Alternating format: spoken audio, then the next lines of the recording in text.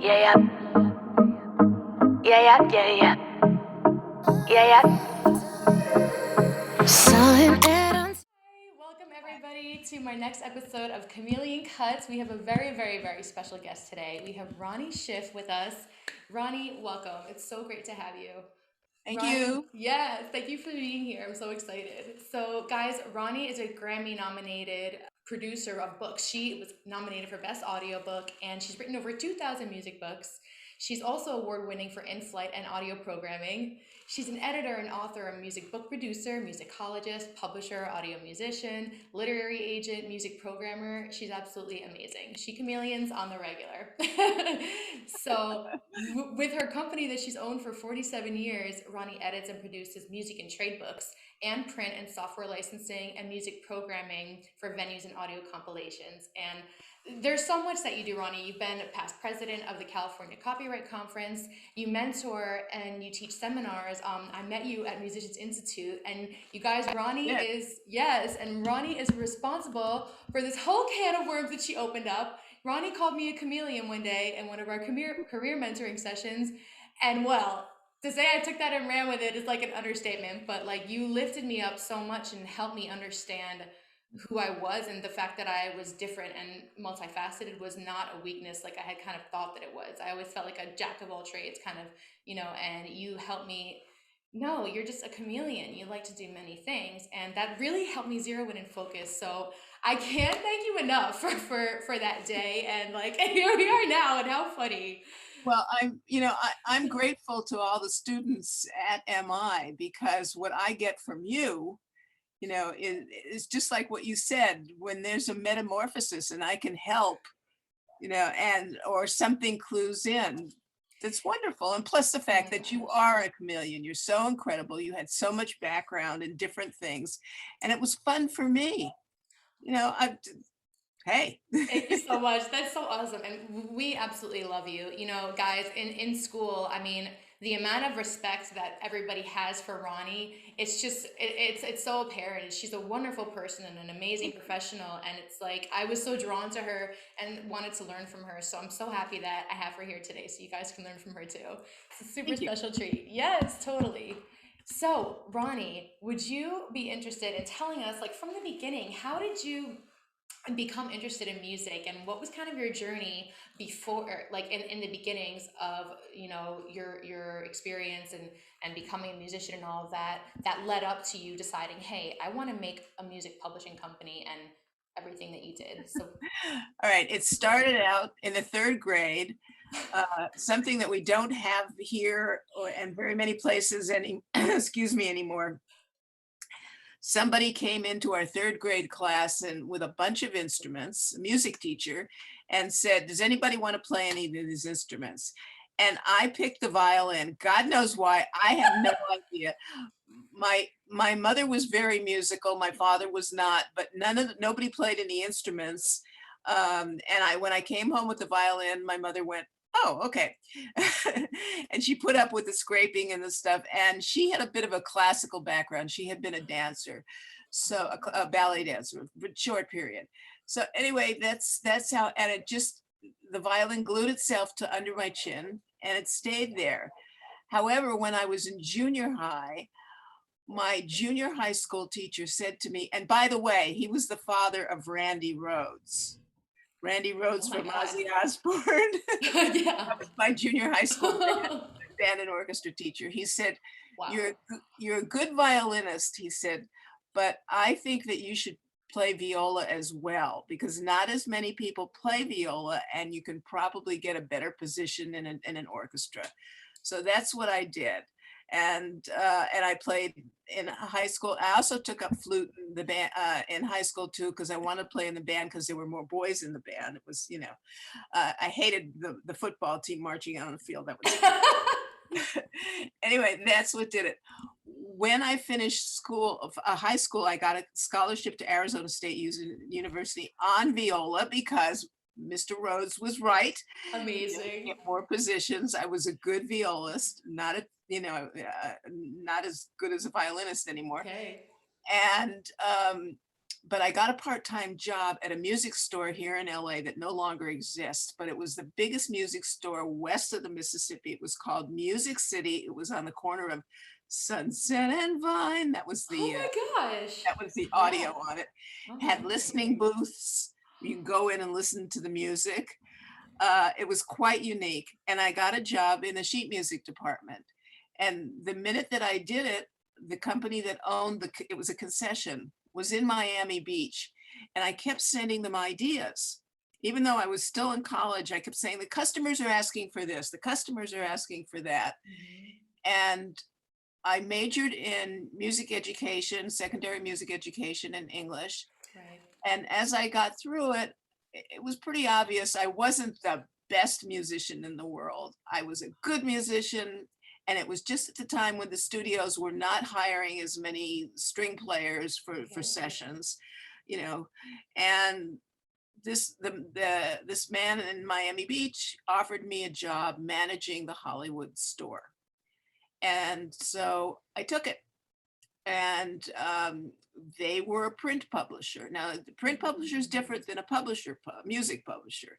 Okay. They print the music books and they put them together. And it's totally different than a music publisher who owns copyrights, who promotes music and artists and so on. Totally different. So, and the man was really crazy. He did everything by horoscope and numerology. Now, if you have your listeners out there, I'm not casting aspersions, but let me tell you, when you put it on other people, Yeah. it's awkward. And what he It is did, awkward. and what he did was, because I was a Virgo, I was supposed to be very organized. Right. Practical and all that. Yeah. Right. He sent me all over he had stores and offices all over the country and in London. So he needed a troubleshooter. And I was like a skinny 22-year-old with hair down to her butt. And I looked 12. And he sent me to all these warehouses and stores to come in and reorganize. And they're looking at us, who is this kid? Yeah. Plus the fact that I was female, you know, and I learned how to operate a forklift very fast anyway, because we had warehouses. Anyway, I learned how to do that. And he had the philosophy, and talk about mentors. He had the philosophy of throwing people into the water and assigning them jobs and see whether they would sink or swim. So he taught me everything about doing books. He would send me up to the New York office to do licensing.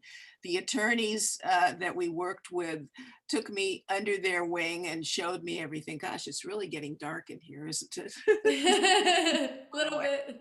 Oh, that's better. I can see you brighter now. Now the sun's coming Is that back. the sun? Come Yeah. back, sun. Anyway, and so that's what happened. And I worked for him for 7 years. I was on the road constantly because it was Send the Virgo. So I learned all the aspects of the business, and working in the retail store really gave me a good background. I already had a good background in classical music, but it gave me a huge background on pop music and rock and what people liked, and instructional music. And so that's what happened. And then I went to work for Warner Brothers Publications because I know that did you have more questions? Anyway, because they were based in New York. They had an LA office, but they needed someone from the print division, which was in New York, to take care of some clients here. One client that really needed a representative face to face, and that client was David Geffen. So, and this was early David Geffen. So he had clients. He and Elliot Roberts, who was eventually Joni Mitchell's manager. They had Crosby, Stills, Nash and Young. They had all the 70s singer-songwriters, and it was very exciting working with all of them. Eventually, I worked with John Prine, but this was Warner Pub, and then I did all the first Bill Withers books, and I'm still working all these years later on Bill Withers' books. Wow. It's kind of strange, but so that's how it all evolved. And then after a year or so at Warner Pub, I decided to go into business for myself. Okay, what else? Ask me some other questions. That's amazing. Wow. So how many years was that before you started your own business? So it was like you finished Um, college, then you yeah, went. it was probably, it was 10 years before I went into business. I got a lot of Wow. experience. What happened with Warner Brothers is because they were very, very, there goes the sun.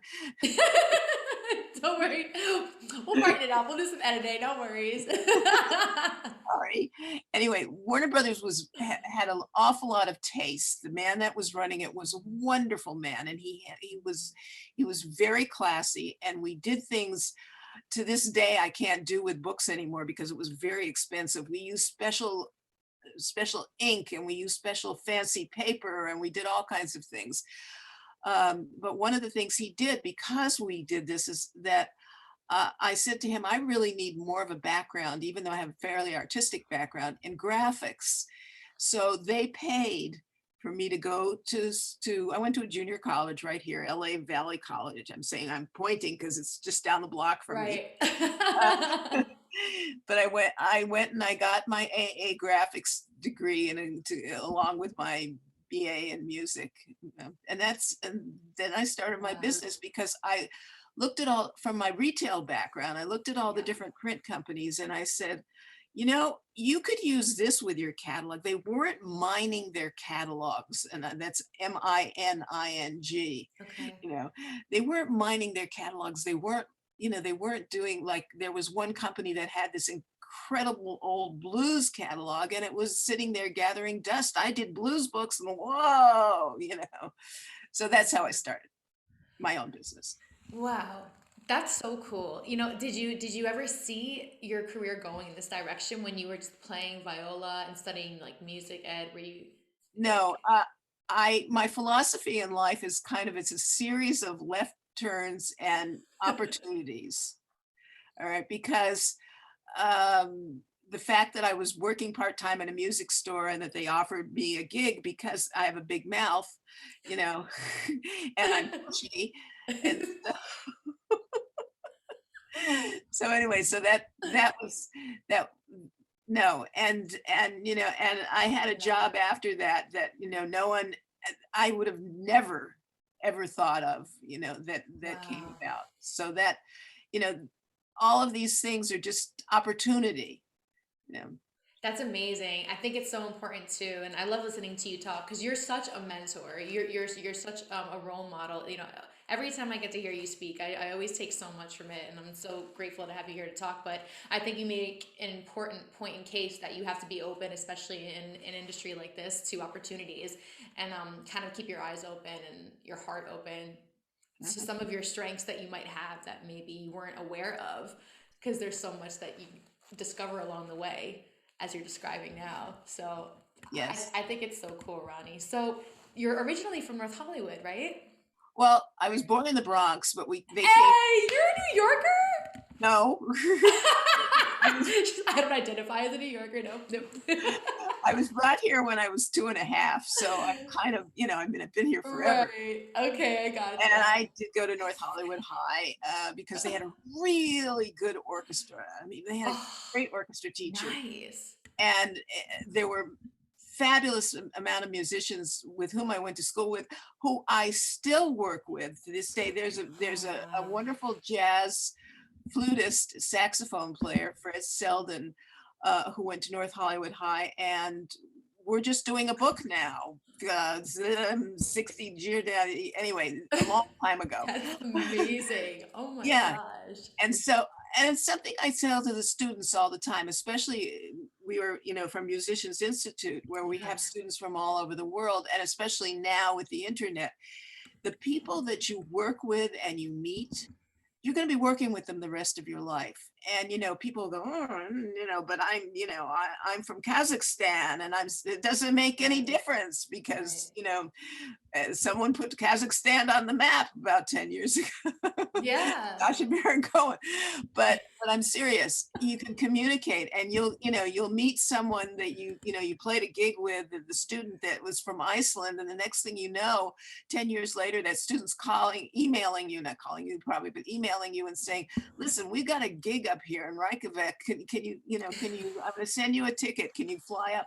I mean, this is not out of the realm. This happens all the time. You're a good musician, you keep those contacts.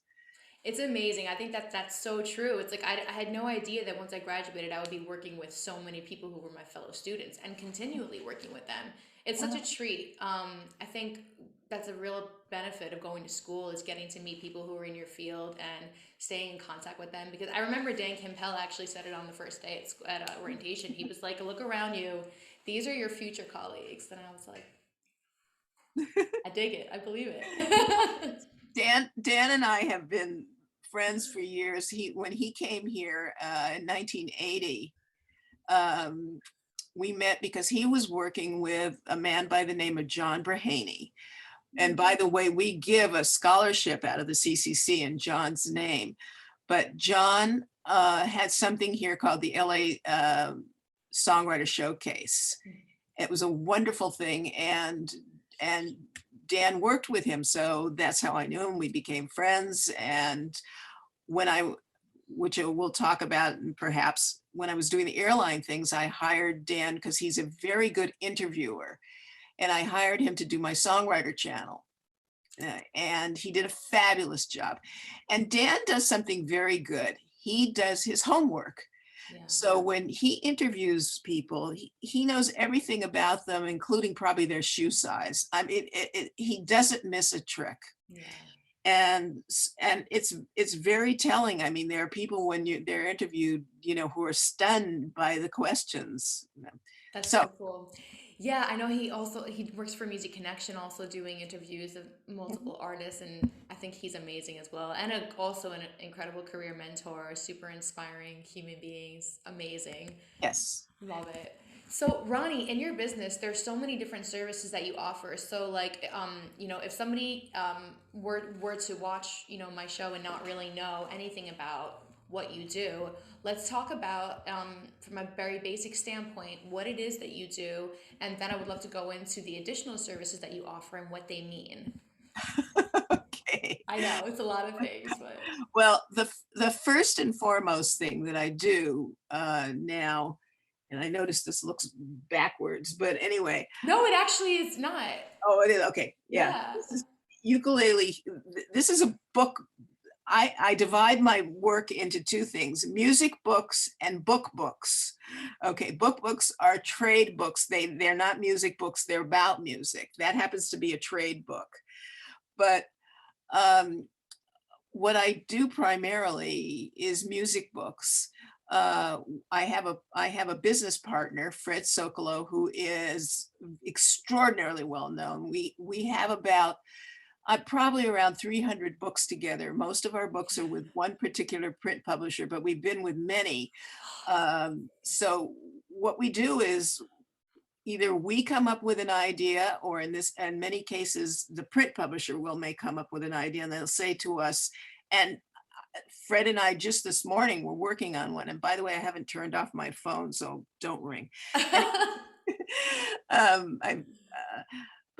But Fred plays everything fretted, and he is a chameleon, and very important, just like you, he can play anything, and he's got those kind of ears. So I met him. I worked after I started my business. I worked a lot for what was A&M's print company, which was a very short-lived print company, but it was the best gig I ever had because Herb Alpert and Jerry Moss were the best people you could ever think about working with. And Fred came in and he had a book called Basic Blues for Guitar, and there wasn't anything out like that. And so I edited the book, and we became friends while I was editing it. We also did a banjo book. This is all for Alamo, A&M's print company. And then when I left there, they closed that division. And when I left there and went back into business for myself, I took him along. And every print company for whom I worked for the next 10 years, I said, you need to have a guitar book doing this, that, and this, that. And so Fred and I, since that time, that's since 1980, have had maybe 3 or 4 weeks since 1980 where we haven't been doing the book. Wow. So, and just this morning we were working on a finger-style ukulele Christmas book. Oh, that sounds awesome. Well, it's just that uke has been the instrument du jour, especially during the pandemic. And so I finished my 50th ukulele book this week. Ronnie, that's amazing. Congratulations. But it's just opportunity. People that contact you, people that call, so all right. So That's extraordinary. what I do, you ask, process, we get the deal, we work up the contents, and we have to use the copyrights to which the print company is privy. So, so we look at we mine their catalog. Okay. And fortunately, we work with Hal Leonard, who have just about everything now, because there are very few print companies left. When I first started, there were about 22 companies for whom I worked, but there's very few left. And so we mine their catalog, we look at the tunes, and depending on what it is, we then do it. Sometimes it matches a record album. I don't do very many of those anymore, but that's like what I did for Joni Mitchell for years. I did most of her early songbooks, and matched her albums. So if I could just ask you a question really quickly, in your opinion, what solicits or what really makes a user-friendly, well-edited book? What are some things that, if any, that you kind of pioneered and decided like, hey, this should look this way and this should be a staple, or is there anything like that? Yes. I mean, I've come up with a lot of things. There are many things. One of the things that Fred and I do all the time is that we do, of course, a lot of fretted instrument books, but we put histories in books because both of us, and I'll say this very humbly and modestly, both of us are walking encyclopedias. And that's something very, very important to do. If you're going to be into music, know your music history, know the background, know where that music has come from. One of the very hard things at MI is, and because we had so many international students, and I would say to them, what kind of music do you like? And they'll say, and I'll get an international student and they'll say, oh, I really like R&B. And so I'll say, well, what do you know about R&B? And they will not know the background. A lot of people don't know that where that Black music comes from, and that it comes from pain and and hardship and all kinds of things, and of course the background from the African aspect of it as far as rhythms. So that's really critical to know all of it, and that's one of the things that's been very helpful when I do the books.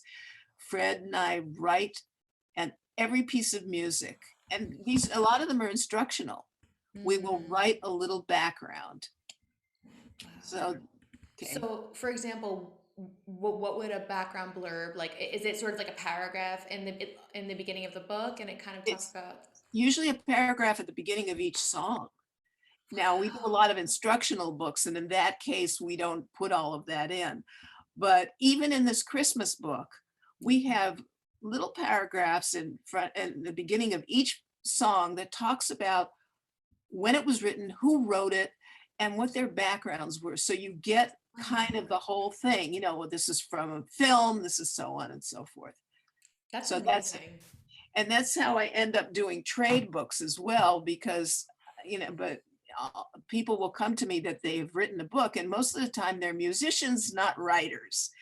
So it's really a challenge. So the trade book, in contrast to the music book, what's the paramount difference? paramount difference is most of the time somebody else has written it, and I, in that case, change my hats and become an editor. And also, I have concepts of format, like, you know, sections in the book, because people can just read just so much and you want them to absorb these things. So there's all kinds of ways of physically laying out the books. And it's the same thing with the music books as well. Fred and I kind of have not formulas, but theories about what Mm. will work. And I don't have a show and tell here, No, it's but okay. we have a whole series of books called Fretboard Roadmaps. And we did the first one in '96, and it took off, and there's like 16 books in that series now. And it does phenomenally well. So that's, Wow. yeah, okay. That's amazing. So you guys are like mad scientists of not only writing things visually, but just things that can how can you attract the mind and how can you, you know, because maybe depending on the demographic that you're targeting for each book, if it's children, then it's like, you know, maybe the frontal lobe isn't fully developed or whatever. Do you think about things like that when trying to like, Yes, yeah. yeah. Uh, I've done a lot of children's books in the past. I see, again, this is how things evolve. Um, in the mid '70s, I got a call from two men who had just started a little record company called Young Heart Records. Their names are Greg and Steve, and they were very involved in early childhood music. Um, and they did things that were very unique. They did them with movement, and they integrated what was being taught in the elementary schools into their songs. So if people were learning reading and rhyming and numbers and sets, you know how they do in schools, they do sets now. They integrate that into their music, and they wanted to do a little songbook to go along with their records. And hello, somebody called, I want to do a songbook. And so I got into early childhood music, and I worked with them and another major person in the business, a man by the name of Hap Palmer, who really was the first person who changed children's music as, you know, what we call early childhood music. Okay. And these people toured, went to the schools, went all over the country, did workshops. They were all of them were movement specialists as well. Oh, that's amazing. So yeah, so that's, Oh. but again, it's one of those left turns. Somebody calls you from the blue and says, I hear you make book. Oh my gosh. And then you get to jump down that whole other rabbit hole of it's amazing. Yes, So, Ronnie, like talking about the other services that you offer, right? So you guys do fact checking and then you do the copywriting. Can you talk about fact checking? Is that kind of what you were talking about with the research in the beginning, or is that like, are you talking more about notation when you say fact checking? all of the above. I mean, first of all, if it's a music book, um, Fred does all the transcription or the arranging, and then I go over the music. Um, and he also does a lot of books in tablature as well. I learned tablature by accident when I was learning guitar, which was just when I went into college, because there was one book out there by Pete Seeger and Jerry Silverman and I was a folkie. I played folk guitar.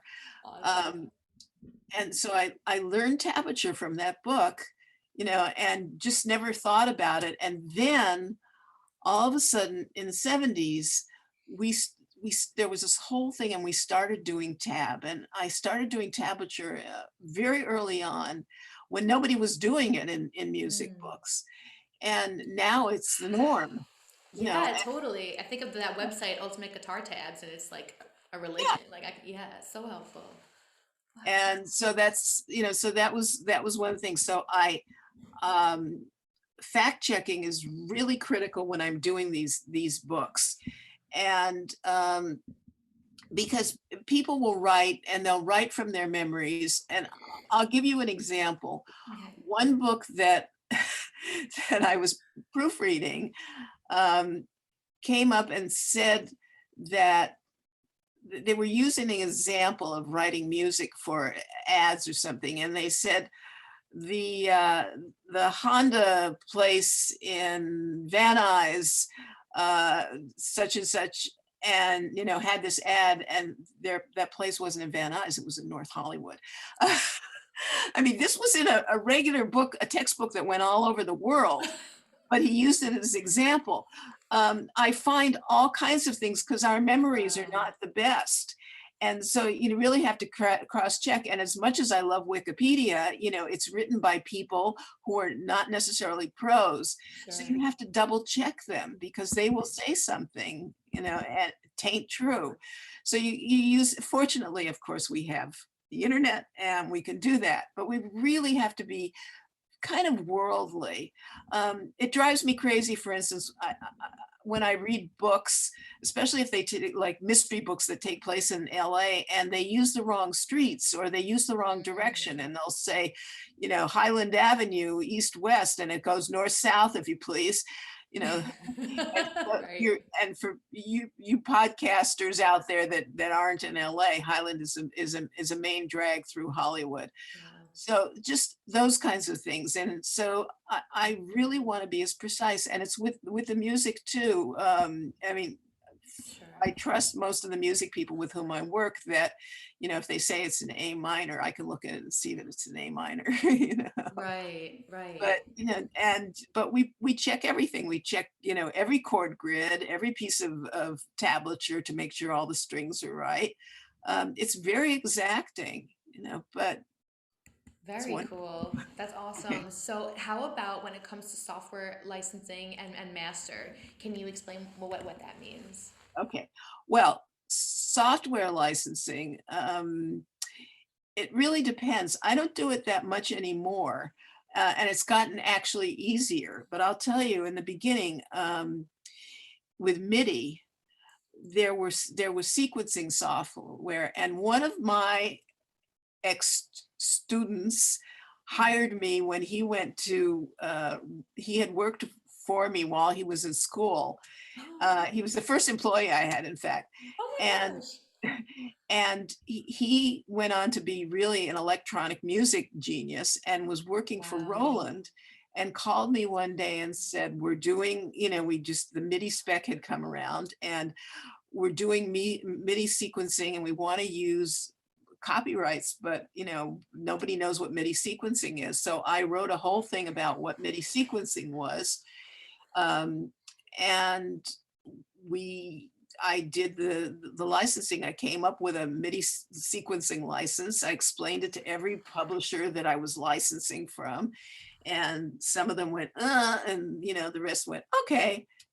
So wait, Ronnie, what exactly is MIDI sequencing? Well, it's right now, it doesn't exist in the same way it did in the Okay. 80s. Okay, so Okay. it was, excuse me, floppy disks that you put into Okay. a synthesizer, right? So you could play along with whatever pop tune it was, Gotcha. and the people who Gotcha. developed that software were a couple from Israel. Came over to Roland and work. It was hysterical. Anyway, so that's it. Master licensing is master licensing. That's licensing the track off a recording. So, Okay. and that's different, of course, than mechanical licensing, which is then licensing the music from the publisher and copyright owner, songwriter type of thing, and not the print publisher, the music publisher. Okay. So there's all these different levels of those things. I don't have to do that much of that, Okay. especially now. I used to have to do more, but now it's much easier.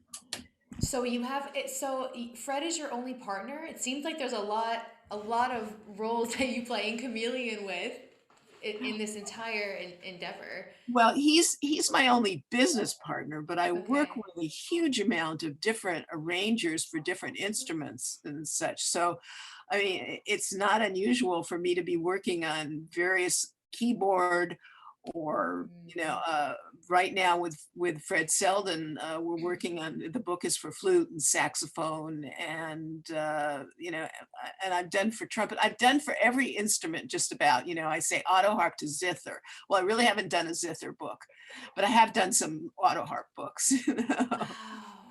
But it's just understanding. There are times where I've had to do a lot of research, but when you go through college and major in music, you learn how to play instrumental music, and especially for teaching, you learn the basics of how to play all these instruments. How many instruments do For you sure. play? Me, I like to, I'm good in basic piano and basic guitar, but I like to pick up any instrument at all and just and see what I can do on it. I used to play with double bass a lot in MI because it was just fun. I would go in there with my friend Rodolfo and we would play on that. I Mhm. haven't picked up a violin, but I really want to. Cello is my favorite instrument. A harp fascinates me. I would love to learn how to play the harp, and then, the voice. The voice is my main instrument of choice. Uh-huh. Well, harp is interesting because I have a friend who's a studio harpist, Stephanie Bennett. She's fabulous. Oh my And you will hear her on television soundtracks all the time. And if you put a harp next to your body, which I didn't realize this until she let me do it one day, the vibrations go right through your entire body. It is the most unusual kind of feeling. I mean, I know from playing Wow. string instruments that you do get the vibrations, but from a harp, no wonder they call it heavenly. It takes you to Yeah. some other place, and that's the joy of music. Right, the semantics and sound healing or sound bathing, which in California there's lovely sound bathing classes, which I love about being here. It's absolutely amazing, and I love learning. In the audio program at MI, they taught us about semantics, and it made so much sense to me. I was like, wow, sound waves make perfect shapes, and we feel that as human beings. It's kind of an amazing thing about sound, I think. Well, that was the thing with early MIDI and early synthesizers, is that you had to program them yourself. They didn't come, you had with patches, that I'm Mm. pointing because I have a synthesizer. I have an old DX7. It still works Oh beautifully. my God, cool. Bunch of antiques like me. But anyway, but um, th- that was the very interesting thing about coming in just as MIDI and synthesizers came around, because I was Mm. able to work on the first synthesizer book that was ever done. And it was monophonic. It wasn't even Oh my gosh. polyphonic. Wow. But I got a background on it, and I got to see how the first synthesizers work, and we had to do patches. So you had to program with sound waves. Fortunately, besides being in the band in high school, because all the boys were in that classes, I also took a bunch of physics classes because I Oh, thought that the physics of sound was so interesting.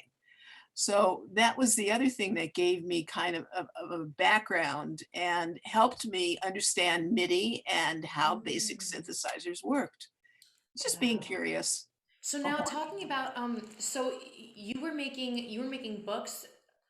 I'm trying to comprehend how a synthesizer book would even be written or how what that would even look like. And I'm just thinking about all the harmonic series that come with a synthesizer. So what does that read like? What does that look like, Ronnie? Well, the very basic one that we did is we had diagrams for two different kinds of synthesizers that were popular at that time. And they were like they were patch diagrams. I'm sorry, I don't have them out, so I would have. That's But okay. anyway, we had the diagrams, and it was how to program your synth to get those sounds. And for instance, we did the Jefferson Airplane song called White Rabbit.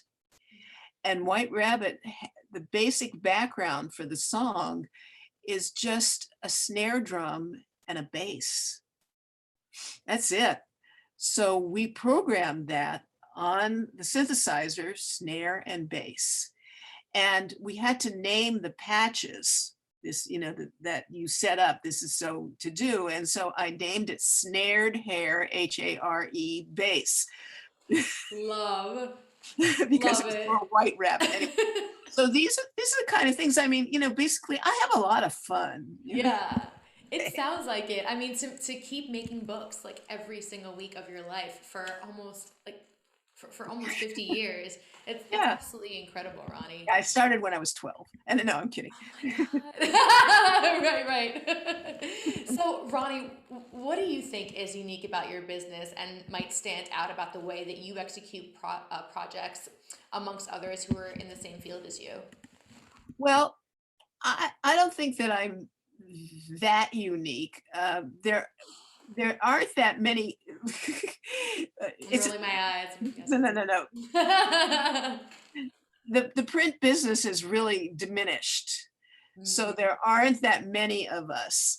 And I think I'm unique in the way that the fact that I know my history, I know my music, and it's not only just what the music that I may want to listen to, it's the music that I may not want to listen to that I listen to anyway. right. Um, Fred and I, in the late 80s, ended up, because he's got such great ears, we ended up doing heavy metal until we were blue in the face. Our ears were ringing all the time because I love because that.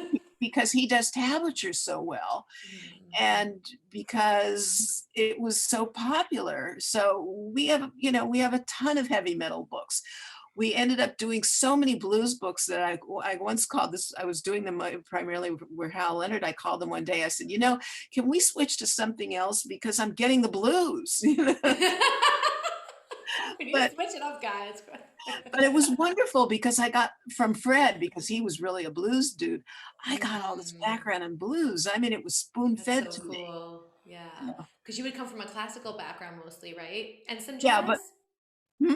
And some jazz as well? Was that in your background as well? Yes, Yeah. yes, Wow. very heavy jazz background because I love jazz, and we had a lot of jazz musicians in high school, and they became very well known jazz musicians and a lot of studio musicians. Yeah, and I did when I was with Almo Publications, I did their Mm-hmm. jazz band arrangements, and I had two major jazz band people doing I mean, really well-known people. One of them was the orchestrator and arranger, Nelson Riddle, who did these incredibly lush arrangements for Frank Sinatra, one of those dudes. Wow. And I would hire all the studio musicians to make the recordings for the teachers so they could hear it. So I got to have interplay with all of them, and then we ended up doing books. Yeah. Wow. So you're asking. I mean, just because of my knowledge and the things that have happened to me, they've added to it. And I do want to add about the airline thing. So Yes, let's talk about it. okay. So did you have other questions I or? do. I have many questions, and Oh, but I definitely want to talk about the airline thing. And I think it's amazing that you added interviews into the listening library of recording artists like Santana, Bocelli, Tony Bennett, Mary J, Earth, Wind and Fire, Jason Mraz. What a cool and clever, innovative thing to do for. I mean, instead of just the stock or whatever classical music that you expect to hear and well, elevate, that was awesome. it was because of the person that I had linked up with, again, Left Turns. Um, I got a call one day from a woman by the name of Tina Clark, who was a songwriter, record producer, and she wrote a lot of commercials and such. And she had an idea for doing what used to be called in the record company special projects, which was doing compilations for for companies, for organizations, for things like that. So if you bought a new car, you would get a recording for the CD player, and it would be a special compilation just for that car company, and it would explain how to use the CD player, and this is what it sounds like. So and there were companies that did all of those kinds of things, and including one that we were extraordinarily, eventually I went to work for her, and we were extraordinarily successful with, which was we did some things for Tommy Bahama. We did some things, but she called me because excuse me, She was a friend of one of my friends, and she wanted to do a lullaby compilation for Sears. Oh, wow. And so she wanted to use a lot of things in the public domain that she was going to record. And of course, by doing that, you don't pay mechanical royalties and so on. Right. So Right. she called me and I did it. And so, and she wanted to do special packaging. She was such a pistol. She had so much chutzpah that she had never done this before. She went to Sears and said, I want to do a children's record that you can sell in your children's department of lullabies, to go along as like a special thing. And they said, okay. And so, I mean, that was a lot of chutzpah. And so I came up with the songs, and then I said to her, we should put something about, I don't know, tie in with like the American Medical Association for, basic things for taking care of children and playing music for them. Because at this point, there was that whole thing that was starting to happen with Mozart for babies and all of Right, that. right. Baby Einstein or Little Einstein, the TV show. Yeah, so that's what we did. And she liked the idea. It So sold good. very well. And then I got a call from her and she said, I'm going to go to United Airlines and talk with them. So she came up with an idea and she went to United Airlines and they loved the idea. And what it was is that their hub, and by the way, I'm a pilot. I used to be a pilot as well. I took flying lessons What? thousands of years ago. What? Oh my God, that's so cool. I took flying lessons here out of Van Nuys Airport. But anyway, so I loved flying because when I was on the road for the lunatic, the first job, Right. I was flying all the time and I loved it, especially on somebody else's dime. So, For sure. so anyway, so what happened is that she went to United and that we did this whole recording called Come Fly With Me. And it was songs about places like I Left My Heart in San Francisco, and of course, Come Fly With Me, and all these different Right. places. And that was, wait a minute, that was the second one. The first one that we did was because they had been redoing their Chicago hub, and we called it Chicago, My Kind of Town. And so we did that. I had to do master licensing on it, which was hard. And, but we did it and we did an incredible job. And United loved it so much. And they said, we have music on the plane and there are all these special companies that are set up to do it, but we would like you to bid on it. And and so this was to Tina, they said this because she was, and so she came back and she called me and she said, how do airlines license their music? I said, I don't have a clue. So I looked it up and then I started talking to people and thinking about my airline experiences. And we must have done about 17 permutations of the proposal. Wow. And we worked with another company who did the magazines and the videos for United, and they gave us a lot of help. They were wonderful. And we made the proposal. The two of us flew to Chicago. We did our dog and pony show. And they said, we'll let you know. And 6 weeks later, they called us and said, you have it. And we didn't know how to do anything. But amazing. We knew music. Yeah. And we knew what to recommend. And Tina was a songwriter, so she wanted a songwriter channel. And she had a lot of contacts. I had a lot of contacts. We promised United we would interview all these famous people. I hired a sales manager. I talked to every PR company in existence that had people. Wow. Some of them were so wonderful, and I'm still in touch with some of them. They still keep me on, and that's how we got all those people. That's how I got Bocelli. That's how I got, Isn't that incredible? Quincy Jones. I have a picture right up here with me with Quincy interviewing him. Wow. So. That is so cool. I want to hear these interviews someday. Do I have to fly United to listen to them? Oh no, they're long gone. No! But We have to get them back somehow. if you ask Dan Kimpel, he has copies of Okay, them. I'll send Dan an email. But what was so wonderful about this experience Yeah. is that after a year, I turned around to, and by the way, we had to build studio. We had to learn how to do this. There was a huge amount of technical stuff Sure. that I had to learn. But because I already had a pilot's background, I, I put those two backgrounds together. I put the two things I really love, music and flying. You know, I came up with a channel called Soft Sounds. And what it was new age music. Now, I wasn't familiar with new age music. There was a company called Windham Hill that I knew, that I had done a little work with, but I started listening to this and I came up with formulas of how to program this. And nobody ever taught me this. Later on, I learned that this is how they do it in radio, but what did I know? And I just did it. And the channel was so popular because people were so stressed when they get on planes that this de-stressed them. Not distressing, but took the stress off. Yeah. So I learned, how to do this, and then how to do things like crossfades. I had a Pro Tools setup studio just for the airlines. We had a big Pro Tools studio for recording as well in the company.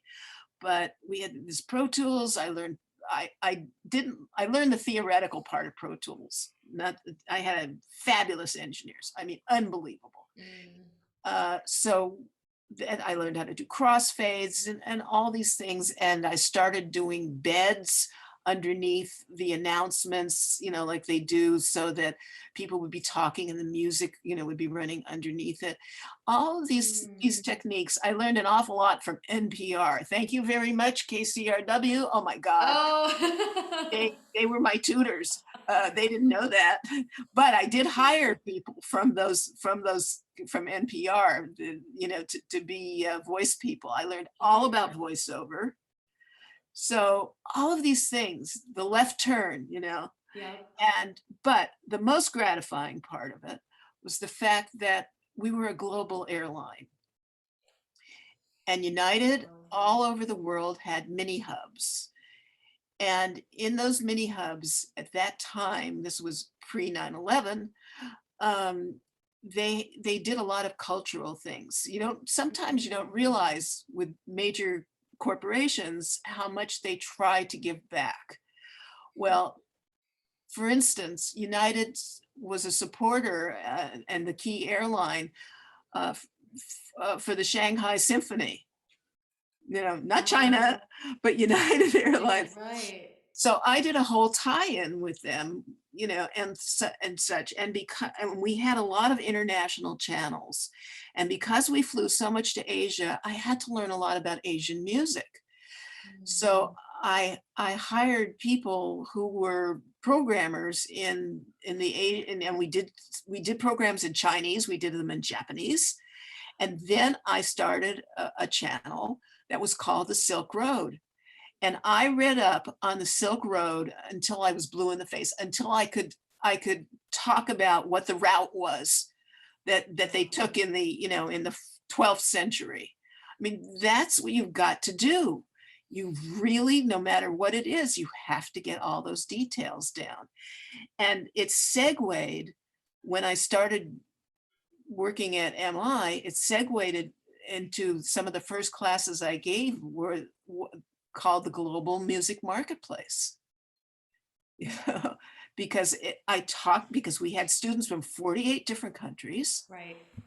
And because of my background and reading about all of these countries, I was able to teach this marketplace and to understand their cultures, as well as how we can understand their cultures, and work with them. So, yeah. That's amazing. It's a huge message. And spreading culture is it's so important. And it's a huge part of what I do here too on the show. I have my map here because I'd love to go all around the world. But I saw that. Yeah. So we're here in California today with you. This is my indicator, my big overly dramatic pink bow. But hysterical. Uh-huh. culture is so beautiful in music and important, and I think paramount to just connecting us to one another. So the fact that you were a catalyst in that is like amazing. That's huge. It's a huge deal. Well, you're very good doing this. You ask good questions. You're very facile at it. Thank you It's so really a much. pleasure. It really is. Oh my gosh, Ronnie, if only you knew what a pleasure it is to talk to you and to get, I used to so look forward to our career mentoring sessions and I did just, too. just getting to stop in and talk to you and see what was going on. I learned so much from you. And, the whole point of my show is to provide a free platform of reputable information from only the best professionals and people working in the industry every day to give the most current, relevant, and reputable information. So I'm so happy to have you here and just Thank you. allow others to learn from you. It's such a treat. It's such a treat. So thank you again for being here. You're welcome. Yes. So what is in the future for Ronnie Schiff Productions? If you can talk about any exciting projects coming up or anything. The Christmas ukulele book sounds amazing. Well, what I've been tied up with is that at the beginning of 2020, I get a lot of business at NAM, and Mm, for your podcaster people out there, that's the National Association of Music Merchants, and they have two major, humongous conventions every year. One of them is here in Anaheim, California, and the other one is in Nashville in the summer when you can melt. yeah. But my clients come into NAM and I meet with them and bring a lot of my writers and my authors in to meet with them as well. So what's coming up is that, well, first of all, the first 3 months I was getting all the deals ready for in of 2020, that I had gotten, and then the world fell apart, Yeah. and all of my deals did not go through. They were all on hold. So I said to the authors, if you can afford to do it, just keep working on it, and I'll keep editing, and when everything comes back, we're going to get these books. Well, it took a long time, and fortunately in the interim I got other books to do, Great. but not very much, and so you're hanging on by your toenails. Yeah. And then all of a sudden it all came in at once. And if I tell you that since October, I've been working 12 hours a day. Fortunately, there wasn't anything else to do. Right. And in fact, Monday morning, I went to bed at 5, to finish something that had to go. But what's coming up are a whole bunch of trade books, and they're wonderful. One of them is an update of a book by Jeff Rona, who I talked about. He was the student that that eventually hired me at Roland, who's an incredible electronic composer, engineer, film composer, television composer. Wow. And he wrote a book called The Real World, REEL World. And it's all about film and television. And now the new edition Yes. includes game music as well. Love to check So that out. that he's doing that. Then the book that I stayed up till 5 o'clock in the morning just finishing the index on is a book that should become everybody's Bible. And it's a book on synchronization, music synchronization for television, film, media, but it's written by two people, a couple, Vance and Tracy Marino, who are extraordinarily successful writers of production music library music. So have you had anybody on with production music?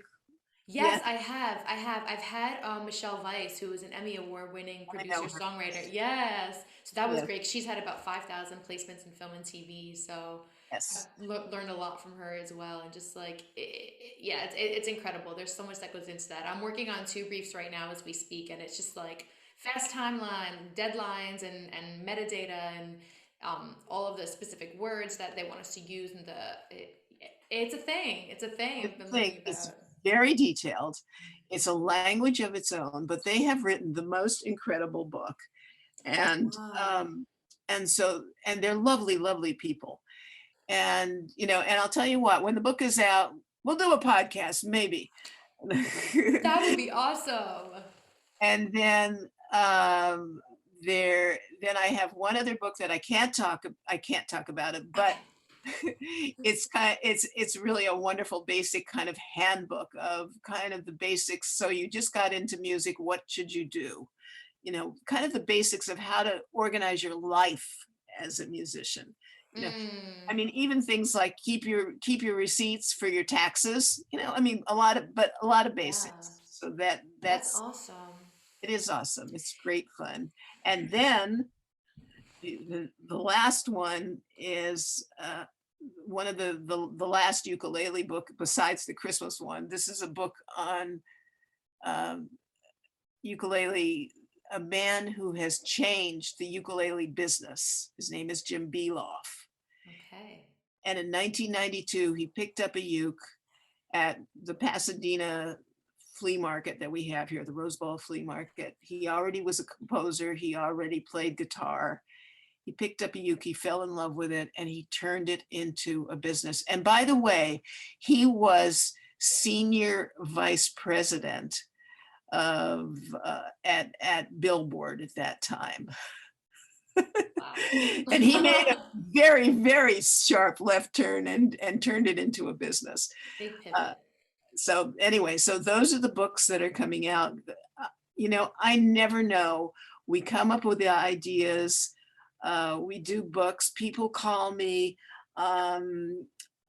I very rarely go out looking. Uh, Mm, Sometimes I work with someone. We have a company. This another partner, not as partner as Fred, but another partner. We have a company called selfpublishyourmusic.com, which is a company that does music books. She is what we call a music engraver. It's a music typesetter. okay. So we have this company, and people who want to self-publish come to us. And I do the editing, and she does all the typesetting and the layout and everything. And we do a lot of ebooks, and we have a lot of fun.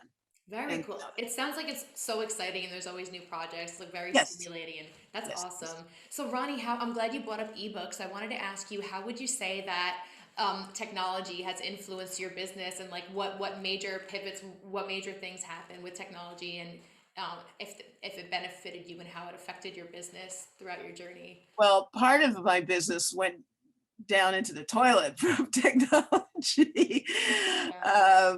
because there's so much available that's illegal online, and believe me, Right. we bust them.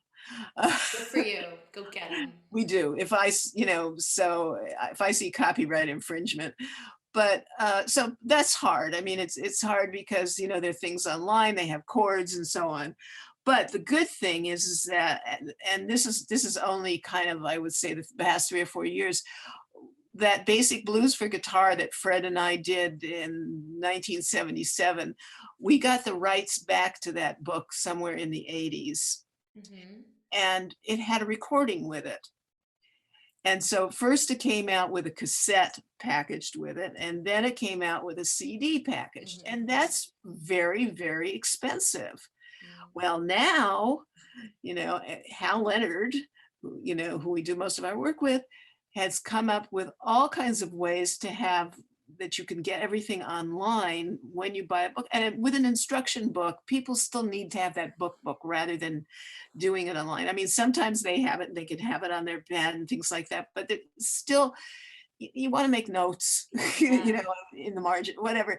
So the instruction books we do, are still in paper, but we do have links inside of them now. And when you buy it, you have your own link that's That's printed cool. inside, and Hmm. you can go. And then we have done, if we do things online, we have Fred playing, and so that part of it's wonderful. And of course, it's then saved money, and it's not so prohibitive in that particular case Right. because we're not packaging the CD cassette, Right. Right. It's so interesting, because I think about when I go and sit at my piano bench and it's like, would I rather read my tabs or would I rather read sheet music from actual sheet music or from my iPad? And it's like, yeah, because I'm new and I'm still learning. I like to write in things. Yeah. I mean, I'm old school like that, I guess. So there's something to be said about that concrete, just hardcover, like, or just whatever sheet music, even just having it and being able to sift through it and having that control. I guess Well, maybe you think about people who produce on analog versus digital, and it's kind of like they like to use their hands. You like to be well, in it. a lot of the books we did, like when with Shelley Piken's book, which is the one we got nominated for the audio Yes, Grammy. let's talk about that.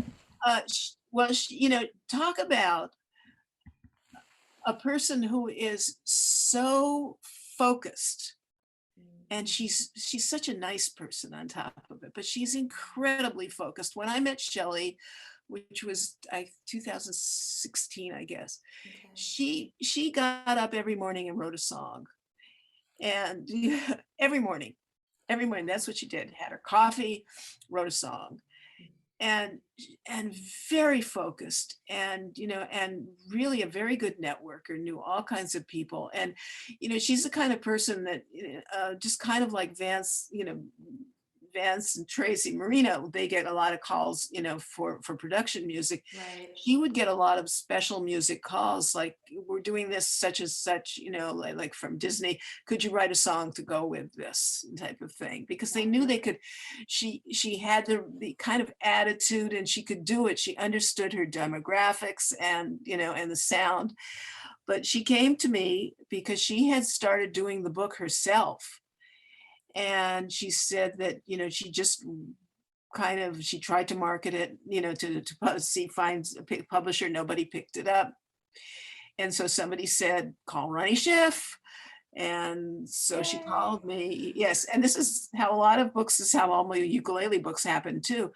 And it's called Confessions of a Serial Songwriter, for those of you who Exactly. don't know. Exactly. So she brought me the book and I read it, and she's a good writer. Because she's a good lyricist, she's a good writer, but her sentences were almost like her, like songs. And I said, it's too staccato, it needs to be legato. And the sentences were too short, and legato, it needs to be pulled out, and made longer. And that's what we did. So I edited the book, and we came up with a concept. She had these kind of what are called sidebars in regular book publishing. She had these sidebars, so we put them on a separate page with separate type fonts and things like that to separate them. So we had that. She had a lot of pictures. She had, examples talking of lyrics of different songs in there. So all of that had to be cleared because she co-wrote with a lot of people. So there was all the clearance that had to go into that. And then when we did the audio book, I did what I used to do in the channels. And her husband, by the way, is a film composer. Oh, wow. So he owns all his music. So I did interstitial music in the audio book. I put beds underneath things, just like I did on my channels on United. And I think that really helped kind of the sound of it, because it's a whole book about music. And she read the book. And by the way, doing an audiobook is one of the most tedious, things. This is not casting aspersions. It is hard work. And, normally you get voice people, but even then you can't do more than 2 hours without, So we did it. And I used the engineer that I had on United. So he knew how to do all those things, and he was wonderful. Perfect. We did it in her home studio. And then Shelley got out there and she really marketed because, and the other thing is that I forgot the important part. After about working with her for about 7 months, I said, I'm sorry, Shelley, you're not going to self-publish this book. And she said, why not? I said, because it's too damn good and I'm going to get you a publisher, which I did. I got her a publisher. And then the publisher, we did the audiobook with the publisher as well. Wow. But no matter what publisher it is, it's very hard to get marketing and promotion in all the different markets. So Shelley set out to do that, and to find out, well, how do I get nominated for a Grammy? She knows how to get nominated for a Grammy for a song. She's been Right. nominated for songs. Right. How do I get that? And she hired people. She did it. She networked. She was phenomenal, absolutely phenomenal. And so she's responsible for getting that Grammy nomination, because and we were up against people who had big machines behind them. They had the Random Houses and these were huge people, including Wow. Bruce Springsteen. Big. Major people. So she was, the fact that we were nominated, but it was Shelley that was nominated. I was just, Just a huge moving part in bringing it to life. I mean, I remember the day that you found out you got nominated, because I came to see you and you were like, you have this look. I feel like I had just walked in on you finding out, because when I walked into your room, you were just like, I was just notified that I got nominated for a Grammy. And I was like, oh my God. It was so really Shelley. It was Shelley that was nominated, but I am on the board as producer of the, right.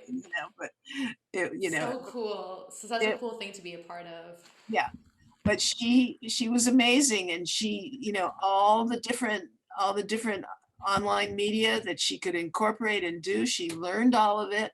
She got people. She just knew how to do it. And she was, it was fabulous. Yeah, she's on a number of panels in the sync world, and she's very involved all the time. So I try to sit on and learn from her.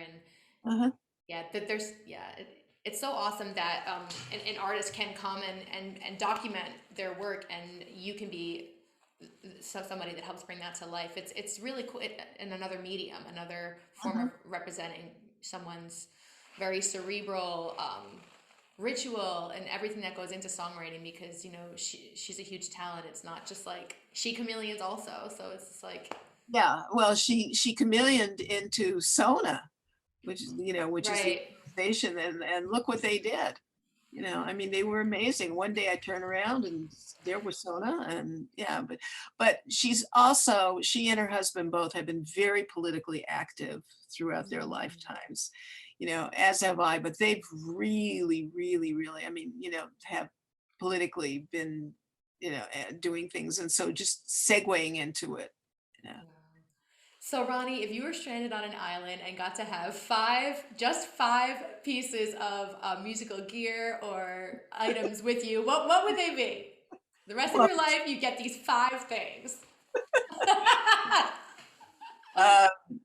Well, of course, if I'm on an island, I'm going to have my uke with me, and I didn't have it sitting here, but Jim Beloff he and his brother-in-law had set up a ukulele company called Flea Market Music. How cute. Love it. I can hear it already. I love the name. New company is called the Magic Fluke, because that's the name of one of the ukes that they make. It's called the Fluke. The Fluke. They also have the Flea, because it's because the tuning on the ukulele is My Dog Has Fleas, the way that it's tuned. Is that one of the songs that you tune? Yeah. One of those, like. No, but anyway, so I'd probably have a uke, 5 other musical things. That's hard, because I'm in my library. You can see part of my library back here, but I took, when I left the airline job, they gave me the 5,000 new age and classical CDs that I had in the library there, which I now have. I've culled some of them, because you only need one version of Beethoven's Fifth. You don't need but that's hard to say. I guess I would pick probably music from 5 different genres that I really like. Love So, that. but that changes from hour to hour. I mean, Yep. and so you're asking me musically. I mean, it would probably be. Uh, Tough question, right? Would you want to write your own music? Would you maybe have a no, pen and pencil with you? No? Okay. no, Okay. no. I know. I tried a couple of times. No, that's not me. I mean, I'd like to have a synth with me, of course, Ooh. because there's but that desert island may not have electricity. Let's assume there's a plug somewhere. It's okay. We'll coconut Wi-Fi. So what would the Okay, 5 genres be, Ronnie? 5 genres. Yeah. It would probably be uh, folk, classical, of course. Mm-hmm. Uh, some aspects of pop. There's certain things. I mean, you play Queen for me, and but Yeah. I'm always interested in hearing the next tune. So it's hard, to say genre wise. Would rock be in there? Is what Would rock be in there? rock? Yes. Oh, Yeah. Okay. So absolutely. that's Yeah. I mean, 4. yeah. Um, and then I would like world music of some sort. Absolutely. I mean, but that's Love global. it. It's all encompassing. I would just like to hear, I mean, I cracked everybody up when I was doing the United thing because um, I found a country by the name of Tuva. Do you know where that is? Tuva. Tuva. Well, if we go to our handy dandy map here, if you look at Tuva. if you look at if you look at India and Mongolia up there, anyway, Okay. it's a country, and and the reason that I found this country is because I studied physics, and when I studied physics, I learned about a wonderful physics person by the name of Richard Feynman, and Okay. Feynman was teaching at Caltech, and my boyfriend went to Caltech at that time because I love nerds. And so, so I met Feynman, and he went to Tuva because the people there, the music, it's way up in the mountains there, you know. Hmm. And he went there because he heard that the people there sing double stops. In other words, they can sing 2 notes together. Okay. So Yeah. he went there, and that's how I found out about Tuva. So when I was doing my world channels, uh, I found some Tuvan music, and it was so interesting because they raise, I don't know, I'm sure everybody knows that there are Mongolian ponies, which are these very small horses that are all muscle. And because Mongolia is so high altitude wise, Uh-huh. they are very strong, and they have incredible lungs, and they can run Wow. forever in these very high altitudes. Well, that's what the Tuvans do. When they write their music to follow the way that the horses run. Oh my And they God. don't have measures in their music. And their music is very strange sounding. And it's very low pitched, which is how music in Tibet is. And interestingly enough, if you go to Switzerland, high altitude, Mm-hmm. you will see these long Swiss horns that are quite a few feet long, that you have to lay them, like you play them, and it sits on the ground, and Right. it's very, very low pitched sounds, which are the same as the Tibetan horns, Okay. same sounds, altitude. So I mean, these are all of these crazy things. Amazing. I So wonder if that dual tone vocal technique, I wonder if it's similar to Mongolian throat singing, the sound at all. yes, it is. Okay. Yes, it's called throat singing, and that's what it is. That's That's exactly. amazing. And there's also tritone singing, right? I don't know. Like really quick story, I was doing a trailer sample with a producer, and we were just trying to make creepy sounds. So it was just like kind of squealy, like pitchy, screamy stuff. And then we were like, that has like three pitches to it. Like, and then my music theory teacher in high school demonstrated to us one time, Mike Roth, how he could sing a note with three tones in it, and it was like, it sounded really creepy. It was like raw or something weird. We were just like, whoa. We were like 16, like, oh my god. Well, that's physics, the overtones that you hear, the harmonics that you hear with different Right. instruments. So yes. So World music is amazing. that's like with world music, there are just so many things, and you see the parallels and such, so. Yeah, it's endless, and it gives you a real appreciation for culture. So I don't know if I answered that question You because. totally did. Okay. I love it, Ronnie. The other thing I would bring with me is I have to bring my mascara, but other than Yes, we never know what natives might be lurking around the islands. Have to be ready and fabulous for them. Honestly. Love it. All right, Ronnie, there's one more thing we're going to do before I let you go. I planned a little fun trivia for you. So I'm going to ask you a couple of quick hitter, fun, random questions. You just answer yes or no, and let me know what your organic response is. It's super fun. And I'm going to set the timer for 1 minute. So I've got 10 questions for you. And I made these questions special for you. So are you ready, Ronnie? I'm ready. All right, the timer starts now. So Ronnie, coffee or tea? Tea. Okay. Cooking at home or dining out? Dining out. Oh, you're fancy. Okay, love it. Playing the ukulele or the flute? Ukulele. Okay. My flute playing isn't so good anymore. All right. How about ebooks or hard copy? Hard copy. Okay. The Sound of Music or West Side Story? West Side Story. All right. Theater or cinema? Cinema. Okay. Actually, both of them. That's like a trick question a little bit.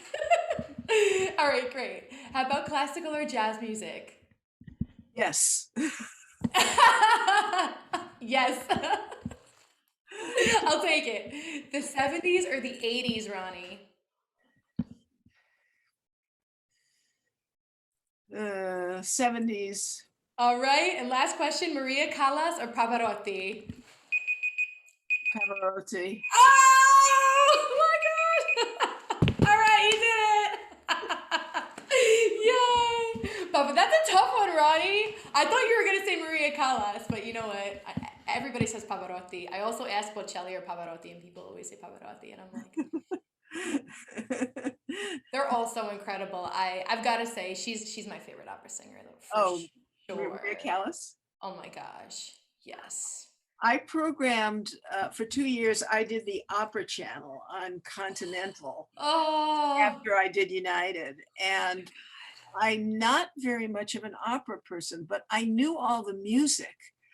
I just really did not know the libretti that well, and a lot of I mean, you hear the singers, their names all the time, so that was really kind of another good education, to getting to know those people. And of course, with Bocelli, Yes. that was an interesting interview. Very, very interesting. I would love to hear that and check it. I've seen him live, and he is just delightful. I'll send I know all of his songs. I'll send you the picture of me with Bocelli. Yes, please do. Oh, I would love it. We can put it here in the interview. That would be amazing. Oh, Ronnie, it's been a pleasure and a delight having you. I'm so excited for my viewers to get to learn from you and all this, and hear about your journey, and get to follow yours as well, because hopefully this can connect you to other people who are looking for their books to be produced. And I just love making the plugs, and thank you again so much for your time today. Well, thank you. You are wonderful. You were wonderful. Thank you so much. You're a huge inspiration to me. I've taken you and run with you. Like, as you can see, like, I've got my little chameleon here too. My flea market chameleon. It's a little mosaic, a chameleon from a flea market. Oh, okay. But in all seriousness, you really gave me wings and helped me fly with our mentoring sessions, and with helping me, I talk about it in another interview, but essentially, like, I had kept getting told like throughout my life that like my voice, it was too different. Like, are you pop, or are you rock, or what are you? Are you opera? Like, what are you? You know, labels really like to put you in a box, and they want to Yes, know. they do. Yeah, so and I get that, but you just help me find my own way and take control, and make it a strength and not a weakness. So for that, I thank you, I implore you, and so happy to have you on. Thank you very much. Yes, definitely. I'll see you at Trader Joe's. I know, I was gonna say that. See you, TJ's. Thanks, Ronnie.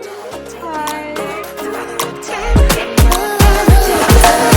I've been so achy, missing you like crazy. Won't you come on over, give me what I want? I've been so achy, missing you like crazy. Won't you come on over, give me what I want? Take me under, in the riptide, take me under, through the riptide.